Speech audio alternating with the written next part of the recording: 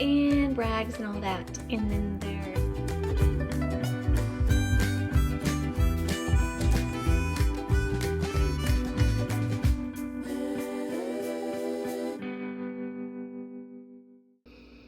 okay, so it's summer in the South, and I want something fresh and cool and filling. I'm also trying to eat more veggies and protein.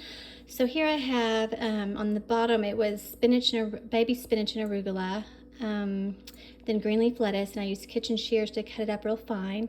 And then I added petite carrots, which they were more like baby carrots this time.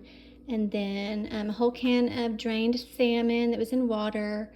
And then, let's see, I got the cucumbers here with wasabi and Bragg's liquid aminos and sesame seeds. I just like to dip it in there.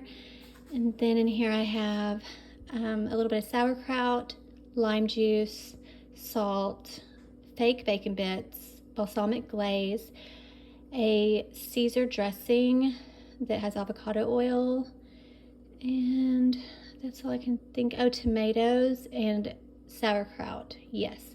Then I'll mix it all up. It's gonna be amazing and delicious. I'm super hungry, so I'm gonna eat that. Fun fact, if you're in your 40s or 50s, I think you can hold 4 to 6 cups of food in your stomach.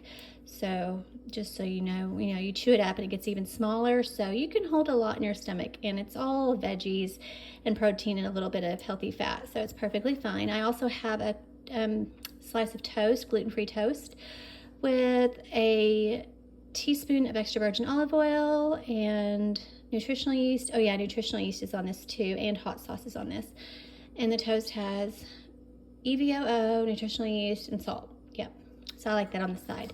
So this is another, it was very quick because I had all the things already in the fridge ready to go. I just grabbed them and threw them in. All I had to do is cut up a little tomato. That's pretty much it. So super easy to eat healthy. It's cheap. It's not expensive at all to have canned salmon and veggies. And I love fresh stuff in the summer. So that's a quick lunch idea or dinner idea. And after this, I'm going to show you how I make a Mexican casserole. Super easy, filling, delicious, amazing. Lots of yummy ingredients. And I will show you that after this. Okay, so I am making a Mexican casserole, and I am sauteing some big chunks of green bell pepper with just a little spray of canola oil and some water. I'm gonna make the 93% ground turkey for half of this, and this is very spicy. This is my honey bunnies, already cooked.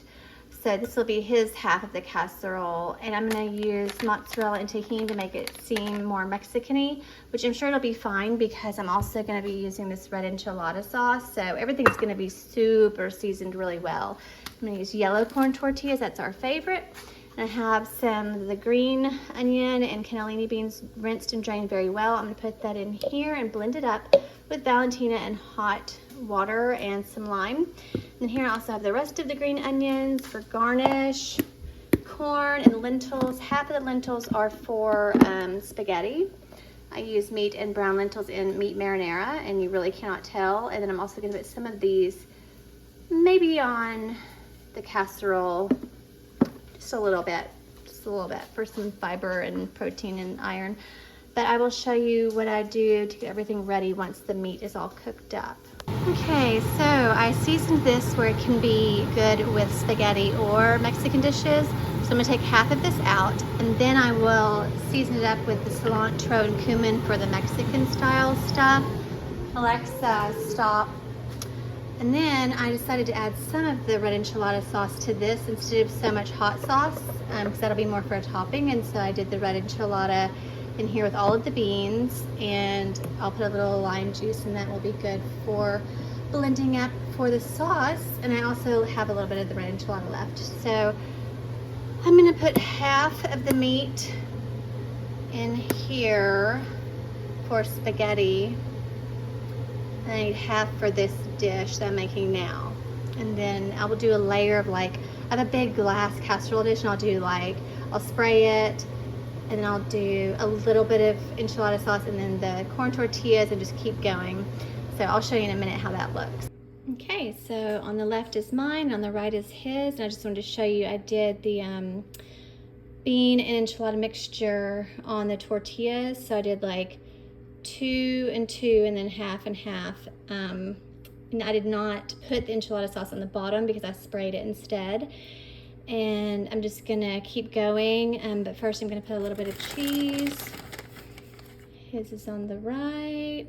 We do not like too much to overpower where all you taste is that. We want to taste all the ingredients, and we do watch our saturated fat for our heart health. Despite what people say on the internet, ask any cardiologist, you don't want too much saturated fat.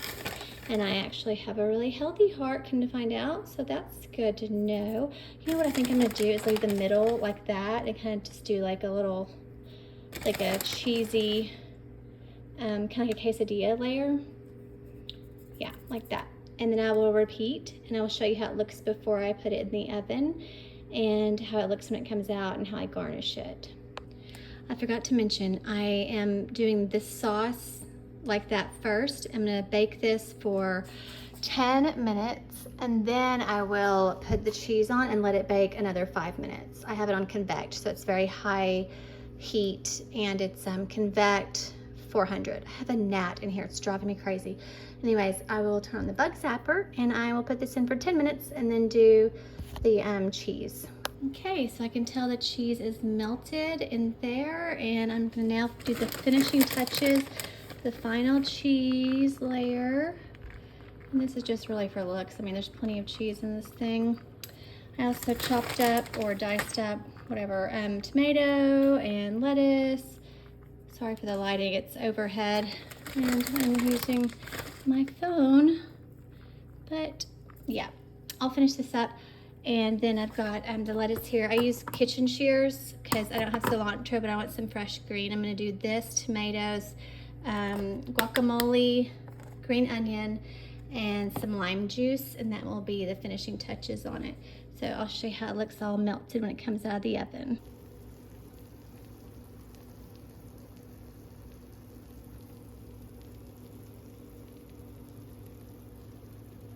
Okay, so it's all bubbly and sizzling and delicious.